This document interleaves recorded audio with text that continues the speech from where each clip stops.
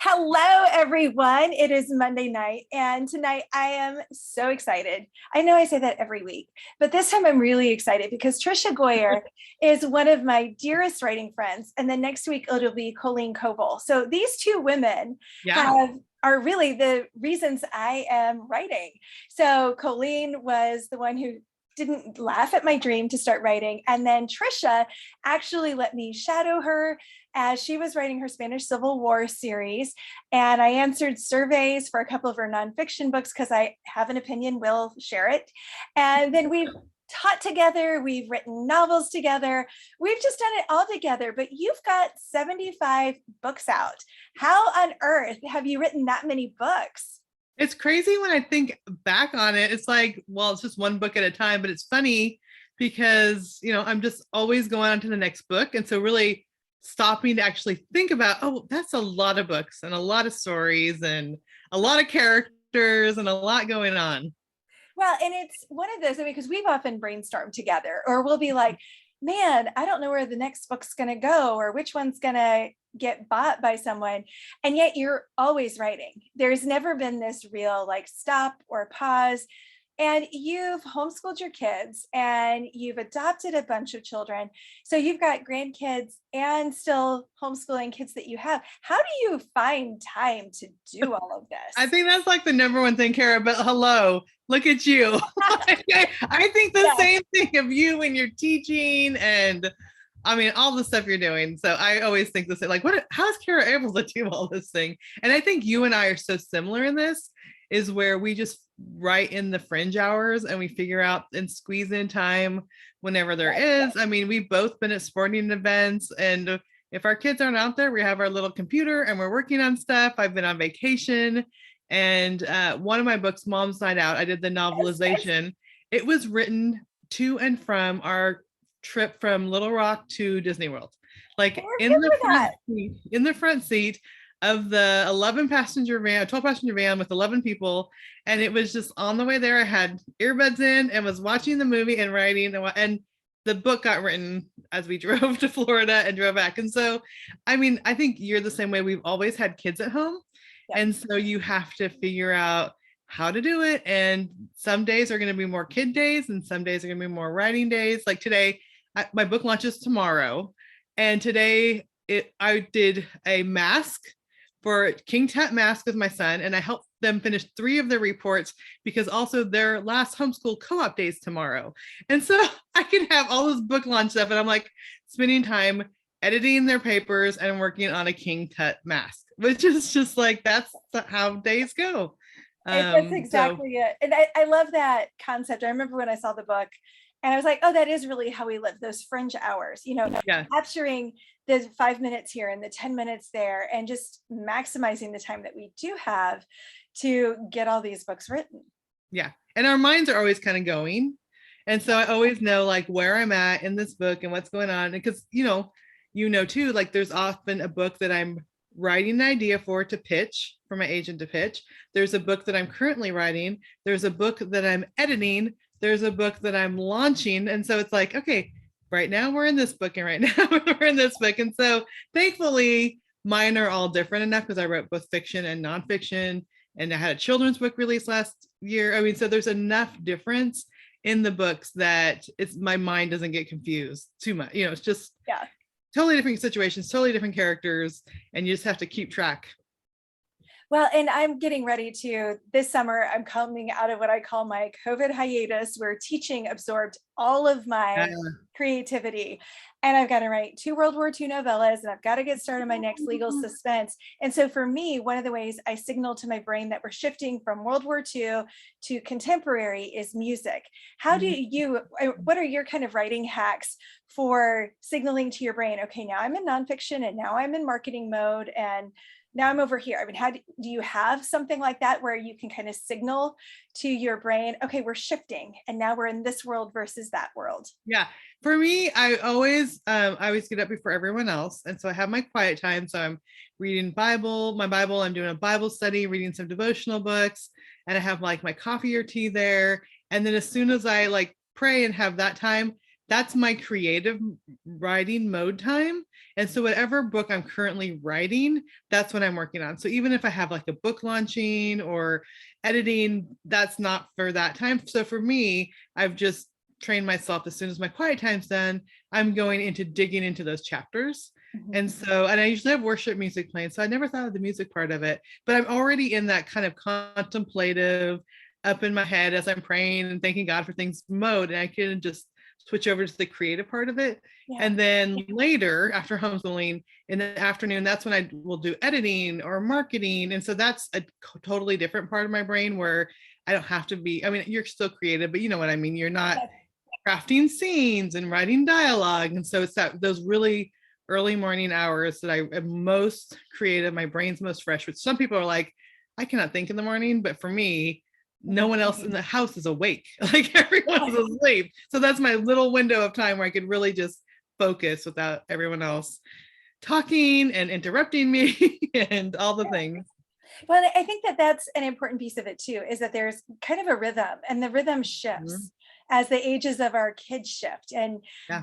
like now I have 2 middle schoolers and 2 in college, and we're planning a wedding and all these. I know, I saw that. First of all, that's so cool. I'm like, oh my goodness, how can her kids be that old? It's crazy, so crazy. But you've got these different seasons, and like right now, I tend to be getting up earlier, which I am not normally a morning person. So I've been going, okay, God, for this summer, am I just going to need to just kind of get up and get started writing? Because is that the season I'm in right now? And so I think just being flexible and being willing to go, okay, right now, this is going to take more. I'm going to be doing King Tut mask and helping my kids, and then I'll be able to shift later. And kind of holding it loosely, but being really efficient with the time that you do have. Yeah. And it's fun because you mentioned kids getting older. My kids used to get up early. And so I could have to get up between 4 and 5 because they get up between like 6:30 and 7. And now I'm still getting up that early, but sometimes they'll sleep till like 9 or 10. And we'll just switch our homeschool day to later. And then in the summer, I'm like 10:30, 11. It's just funny that pre-teenage where they just want to sleep all the time. I'm like, okay, this is actually a really good thing for my writing. Then, of course, by the time they get up, they want to go out and do something. The summers we get like a membership to the neighborhood pool. So I'm able to take them and do that kind of stuff. But I already feel like I got a lot accomplished during that time when thankfully they're a little bit older. They like sleeping in, where before they were like up as soon as any light came into their room. Yeah. And that really impacts things. So before we start talking about Heart Happy or Happy Heart, Irene had a question about what were you using when you were writing the novelization for Mom's Night Out in the Car? Were you using Word, or did you use Scrivener, or what were you using to actually? I have only always used Word. Yeah. And I know there's some people like, if you got in Scrivener, you would love it, which I probably would. And I'm like, I don't have the time to like figure it out. And that really has been the thing, because I just have my Word document and I just have always, all these books later, I've only always used Word. But I know a system also, as you know, I write out of order. So, and I don't know how you do it, because it is, having watched and kind of edited 3 of your books as you were doing it, I kept going, how's this all going to come together? And yet it does. It's amazing how you weave it all together in the end. Yeah. So like have the scene over here. I'm like, ooh, I need to put this in the beginning. Oh, I know how it's going to end. And then I just kind of weave it all together, but it's all a big Word document. I kind of do my outline first, and so I know where I'm going. And then I insert the scenes in that part of the document. So I know where it's going. It all makes sense. And yeah, that's amazing. And that's one of the things that I love about talking with you, is our processes are generally pretty different. But when we came together to write all those cozy mysteries for Guidepost, it actually worked really well. And it was one of those, it was so surprising in some ways, because we're writing the same book with the same characters, and one book we'd write every other chapter, and another book we'd write chunks, and yet they just really flowed. Well. Yeah, I think because we knew like this is what's supposed to happen in each chapter. And so because we knew like, okay, I need to plant this clue, because in the next chapter, the character needs to find this over here. And it was so weird that when we were reading it, I'm like, this sounds like one person has just written the whole thing. Yeah. So yeah, it just worked really It was good. crazy. And I think it was partly because like you edited the chapters I wrote, I edited the chapters you wrote, and then one of us would take that final pass. But it always was kind of shocking to me how it all just hung together. And it really didn't feel like you had two very different voices coming together to pretend to be one book. And so that Yeah, was just, it just was cool. And I think because you did, like, I've read your books, you read my books. I don't know, we just kind of find yeah. that kind of similar voice. And even the book that we did with Sarah, so the three that Where Treetops Glisten is 3 novellas, like you could tell maybe a little bit of different, but not really. Like they just Yeah. really flowed the storytelling. We kind of do the same type of storytelling, and I don't know, it just worked really well. It did. And we keep saying this. We really need to do that again because that was just so much fun. So much It's fun. so fun. So Yeah. the book that comes out tomorrow is nonfiction.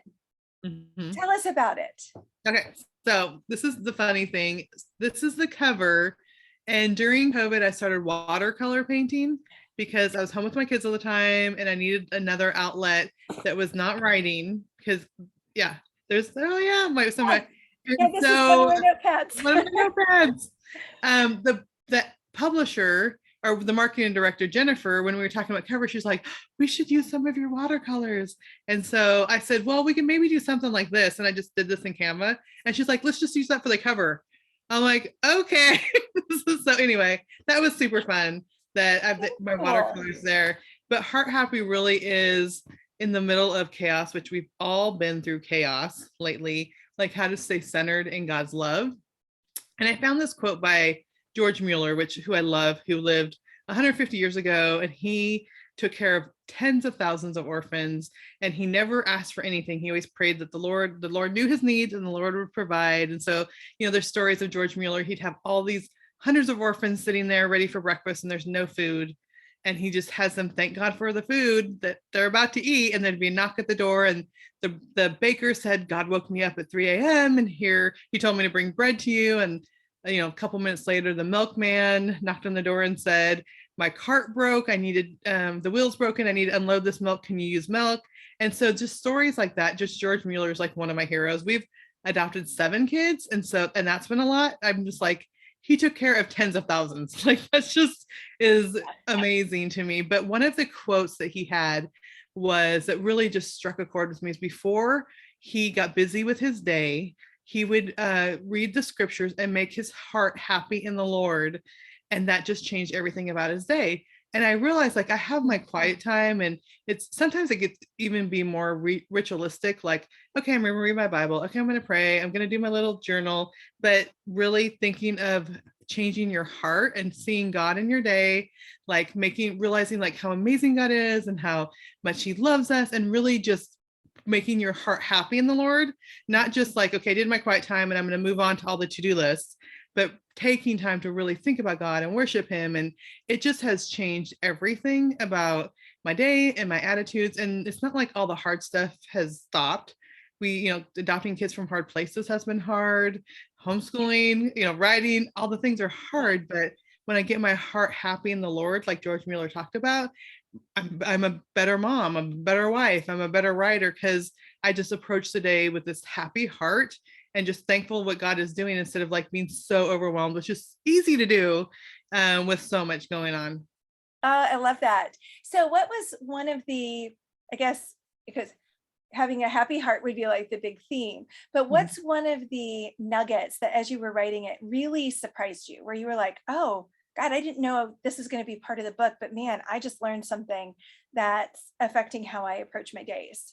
Yeah. Well, I think once I started like thinking like, okay, let's get a happy heart, what surprised me are the things that were making me unhappy that I didn't even realize like they'd been burdens that have been there for a long time.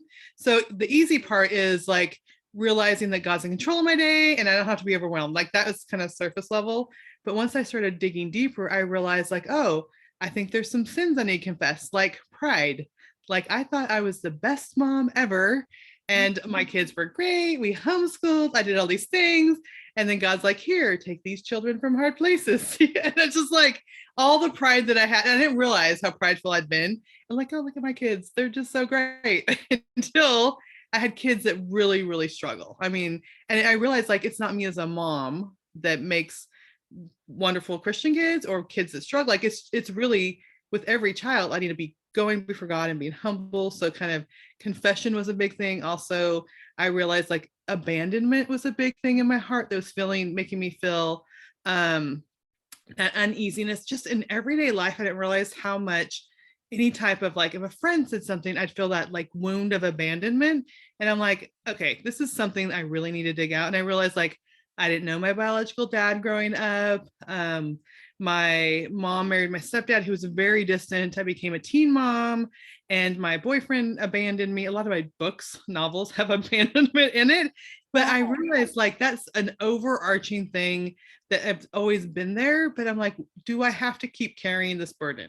And do I have to like every time something happens in church or with a friend, feel that like wound of abandonment? And so Heart Happy started as, okay, I'm going to be happy in the Lord. But then I'm like, but why aren't I feeling happy? Like it's just started going deeper into those other issues. And so really those are like things that I've dealt with. And after each chapter I put like, what about you? What are some like wounds from the past or a memory that really pierces your heart when you think about it? And so I encourage people to walk through those things. And it's pretty fun to see my launch team had a copy of a book. They got a PDF ahead of time and they're able to read through it and just see how it's impacting them as they're walking through those questions and dealing with stuff in their hearts. So it's not like, here's the one answer to fix all your problems. Instead, it's like, no, really sit before God. And what are those wounds in your heart that you really need to work through? It's going to be different for everybody. But then when you're able to take those to God and realize like, oh, now I see why I feel those pangs in my heart when these situations happen, then you can turn them over to God again. Like realize that we don't have to carry those burdens, that God wants to free us from those things. Yeah. And I think that's one of those that it's real easy to stay on the surface. And it's one of those things that I kind of bristle at anymore, where people are like, well, life's good, God's good. And I'm like, yeah, he can be, but what's really going on? There's some hard stuff. And there's seasons where with our adopted kids, I was like in the fetal position, like crying because I'm like, I don't know how to deal with this anger or deal with the rejection. Like I'm just trying to love these kids. And one of our daughters, when she was 18, moved to be with her biological mom. And like, this is hard stuff. And so I don't want people to think like, Heart Happy, you're just gonna like, here's all the answers and you're gonna be happy. Which another thing is looking at that word happy. I dug into that. So that word happy, the word happy in the Bible is also often translated blessed. So like Psalm 1:1, where it talks is like, blessed is the man who, walks in God's way and does not, stand in the path of sinners. I mean, that whole passage, that happy and blessed in many places in the Bible can be switched. And so that happy, the root word is esher, and it actually means to walk on a straight path, like to walk God's path. So it's not like happy, I got a new wardrobe, happy, I lost 10 pounds, whatever, happy, whatever we think makes us happy, I get to go on vacation. It is when we are walking on God's path and when we're choosing the way he wants us to go, that's when we're happy or blessed. And so again, even though it's heart happy, and I've had people like, I don't like that word, like we should have joy in the Lord. I'm like, actually, it's in the Bible. Yeah. It actually is happy or blessed. And actually, it doesn't mean what the world. So I think the world's like kind of hijacked that word. Yeah. And so I really also dig into that. Like, what does this really mean? And it's not the happiness, like, because during COVID, we're stripped of entertainment. We were stripped of seeing our friends, being able to go to church. But if we were continuing to walk with God, we can be blessed even in the midst of all the really hard stuff that was going on. Absolutely. Now I need to get my hands on a copy of this. And so you're also writing a lot of fiction right now. So you've written World War II. Those are my favorites, of course, but you've written Amish and you've written all these different things. You're the lead author for a series with Sunrise Publishing.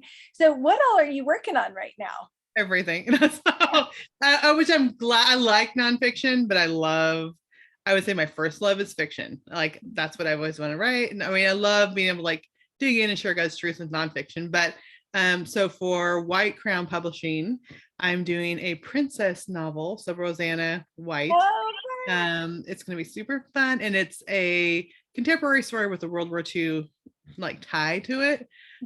So I'm in the last stage, last 3 weeks of working on that book, and I just love the character so much. I mean, the guy is a prince, and yes, like yes. you are amazing. You are so cool. But anyway, so I'm working on that, and then for Sunrise. I'm the lead author for expanding books in my Amish series. So my Big Sky Amish series takes place in Montana, and the main character is Mariana, and you go through and just fall in love with her, fall in love with the characters there. And so we are doing. I have 3 authors. So I have Kristen Crum, Kathy Elliott, and Ellie Gilbert are the 3 authors, and they had to audition, which I'm telling you, this was the hardest thing ever because there was 24 people, and then you have to like narrow it down to, I think we did 10 and then 6 and then the final 3. And it was like the last 5 were the hardest because they were all good. Like these were all really good writers. And so it was hard to like pick. And mostly it was kind of the storyline, I think, that finally helped us kind of pick the ones. So they get characters in my world, but I'm also writing 2 books for that series too. So Oh, I'm going fun. to write, that's my next one after this princess story. I'm writing one that will release before their 3, and then I'll write another one, and then they'll have 3 more. So each of them get to write 2 books, and then I get to write 2 books also. That is really fun. I didn't realize you were writing books for the kind of expanding the series. And Yeah. so, oh, that's so So I cool. get to visit my people again, be up in Montana again, and enjoy that series. So, and then I'm doing another guidepost book. I did there for the Ordinary Women of the Bible. I did Miriam, and that released last October, I think. And well, I don't know when it released. It released last year, and then now for this year, I'm going to be writing Esther. So Oh, how cool. So that will another, be princess story, basically. exactly. So I have, you know, princess story, Amish, we can make her princess, and then Esther princess. This is the year of princess, I guess, in my fiction. That's so fun. So, and it's really fun that you get to go back to your Amish books because I don't think most people think Amish Montana. Yeah. And that's the fun part of it because they're so different. And that series just continues to like get readers. It's like one of the slow trickling, I think it has like 1,100 or 1,200 reviews on Amazon, which I'm like, okay, like people just continue to find this world, and it's a sweet, fun world, and it's based on a true Amish community in Montana. So they're loggers. It's not like the farming community that we think of in Ohio or Pennsylvania or Indiana. I mean, they're loggers. They're fighting bears. They're fighting forest fires. They're all this other stuff's going on, which is a little bit different than your typical Amish community. Absolutely. So what, let's do it this way. So other than the book that releases tomorrow, which would be where people should start with your nonfiction, what book should they start with if they're more interested in trying your fiction? Oh, that's such a hard question. So Yeah. Which one of your children do you love more? Exactly. Which one do I love more? So what we usually do, because I speak at homeschool conferences, I've just gone back from 2 in a row, which is so fun. So I'll tell people, are you interested more in contemporary, historical, like World War II, or Amish? And they usually very clearly will tell me which one. And so if they say Amish, I usually point them to the Big Sky series, which is that one set in Montana. And the first one is Beside Still Waters. And so there's 3 in that series. And then there's additional, like my 7 Brides for 7 Bachelor series is a spinoff of the same kind of area, same town, same area. I always say like Amish start with Beside Still Waters. World War II, there's a lot, we sell a lot of World War II books at the homeschool conferences. And I always have them start with From Dust and Ashes, which is my very first World War II novel, because it's based on a true story, and you were there. We got to interview so many of the World War II veterans, and I just love those guys. So it's so cool to think about them and tell stories about them, and those stories made it into the book. And then if they say contemporary, one of my favorite is Finding Love in Glacier Bay, Alaska. And that was Oh, yeah. originally part of the Love Finds You series, but I got the rights back to that. So it's released on Finding Love. And so it's a contemporary story set in Alaska, and it does have a historical letters element to it, but a lot of people like that one too. So I know you have to see what their taste is before you can see, because if they're not interested in World War II, like, don't recommend my World War II books, because Yeah. they're really World War II. What's so funny is usually I'm like, you don't have to love my books, because if you don't love my books, I can help you find an author that you Yes. will love. But with yours, it's like, if you don't like this, just read this series. And if you don't like that, then read this series. Because with 75 books and 500 some articles that you've written, there's something that everybody will enjoy. Hopefully everyone will like something. Yeah.